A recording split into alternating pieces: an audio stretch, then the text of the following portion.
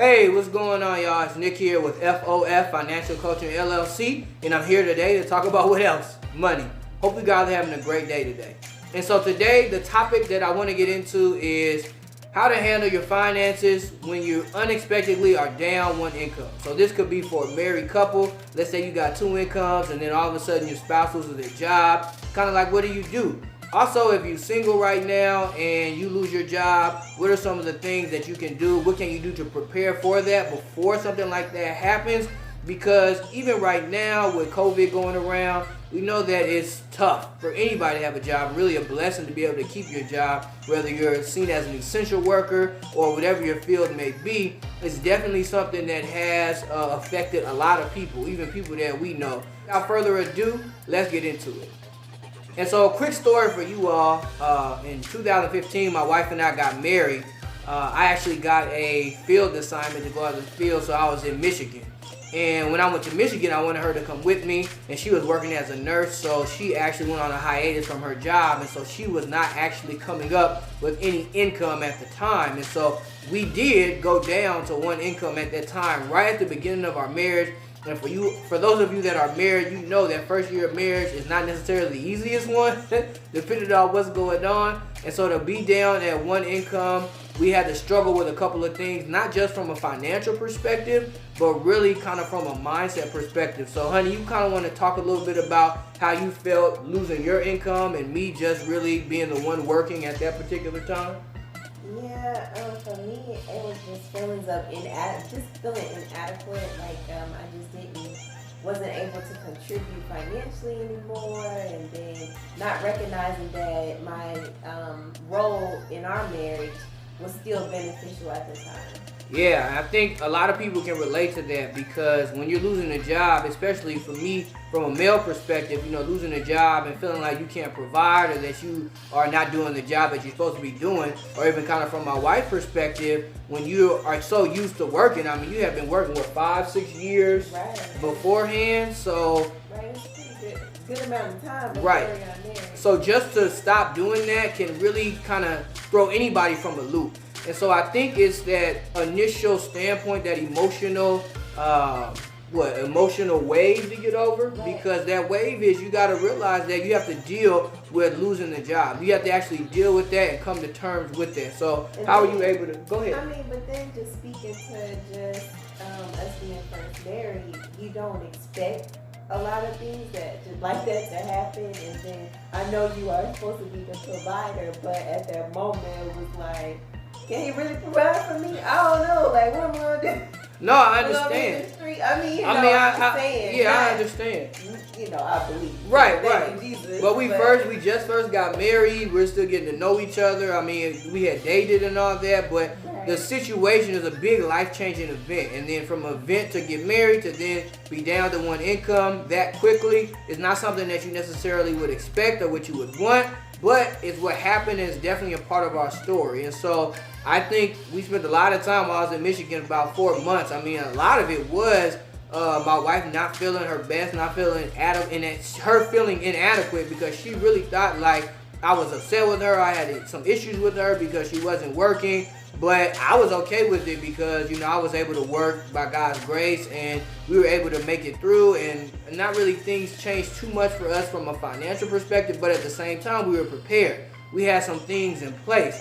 And so dealing with that job loss, I think the biggest mistake I made was I really didn't take her feelings into account as good as I should have, if that makes sense. Like, I was just like, what's the big deal? Like, we're okay, we're still working. I don't understand why you can't just be okay with doing the things that you're doing around the house, which is very important. But at the same time, I think it was just that change for her. And would you say that's what it was? Yeah, it was just a change, a sudden change. And just like, oh wow, I have no money coming in by myself. You know, like you still kind of, when you first get married, that initial joining together as one, like really realizing we're one. Right. Your money is my money. Right. My money is your money. Right. Exactly. And so, but some things that we did do well, and I don't necessarily think we were trying to do this, but it was things that happened, was we did have a little bit of money saved just in case for emergencies, just in case anything went wrong, that we could handle it. And I think a big part of that is A lot of times when people have two incomes, and this is something that my wife and I talked about before we got married, when you have two incomes, or even if you're by yourself and you obviously are working at one income, a lot of times you try and live off of that two incomes, or you try and live off of that full amount of money that you're making. But I believe that that's a huge mistake. That's not a good way to handle your finances. You always want to live below your means, all right?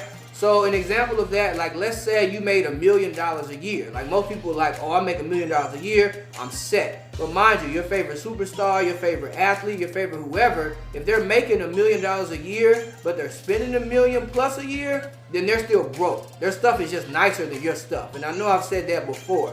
But the point is that you have to live below your means. But if you want to have that lifestyle change, you got to make sure that your means or your income is much, much higher than what that lifestyle change is, so that you can still live in a way that if something goes wrong or if an income falls off, then you will still be able to sustain and that you'll still be able to be okay.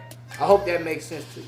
Another thing is having more than one stream of income obviously is easier said than done sometimes. You want to do your best to try and get more than one revenue stream coming into your household. So whether it's myself and my wife working, and then if we do something else on the side as well, anything that you can do that you like to do, that you enjoy doing, and also that can help you to sustain whatever your lifestyle is. Because really and truly, like I said, if you're making that $1 million, you don't want to spend $1 million, right? Maybe you want to spend $500,000. And so if you're making $50,000, you don't want to spend $50,000. You're making $50,000 after taxes. Obviously, that means you're making more than $50,000. But the point is that if you spend all 50 of that every single year, there's really no upside. There's really no money there to invest. There's really no money there to be able to pass down that generational wealth. So it's something that we really got to be mindful of, and we really need to think about when it comes to how we're spending our money.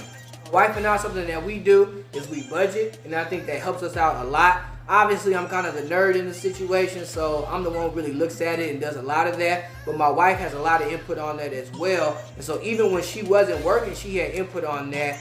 And it was important because she's still a part of the team regardless if she's working or not. I don't know if you got some insight on that, honey. That's definitely important, that as a spouse you still feel a part even when you're not working, because I think tension can quickly grow if you feel like the other person's in charge of the money and they're the only one that's looking at it.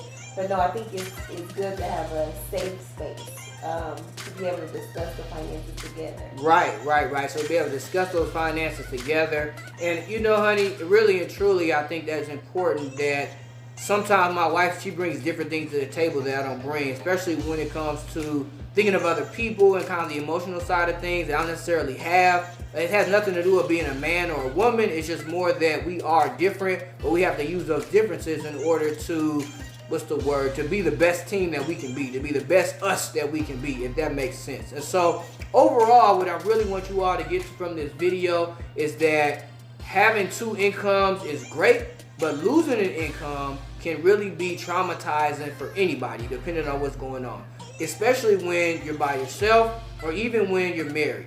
And so with that, what you want to do is we want to put ourselves into positions that if we lose that income, we can still sustain. So I think in the last video, what we talked about was having that 3 to 6 month emergency fund. The reason why you have that is so that you can sustain if you do happen to lose your job, if you do have an instance where income is gone. The other thing is if you do have the luxury of having two incomes, meaning both people working, then try and base what you're buying and your expenses off of one of those incomes instead of basing it off of two. It's a conservative approach, but it can definitely help you out in the long run, because something I heard today that I think is just so great is that you want to make decisions now that 2 years from now, 3 years from now, you start to believe and you start to think like, man, I'm happy I made that decision back then. Instead of the other way around. You don't want to be like, oh man, what was I thinking back then? Now, we all make mistakes, we all live and we all learn, but really, I hope that you all choose faith over fear for your finances and understand the importance of living below your means. And again, I'm not saying don't live good, I'm just saying make sure your means, your income is much higher than your lifestyle. So keep on pushing that income up so you can have more of a lifestyle if that's what you choose to do, all right? So hope you guys have a good one.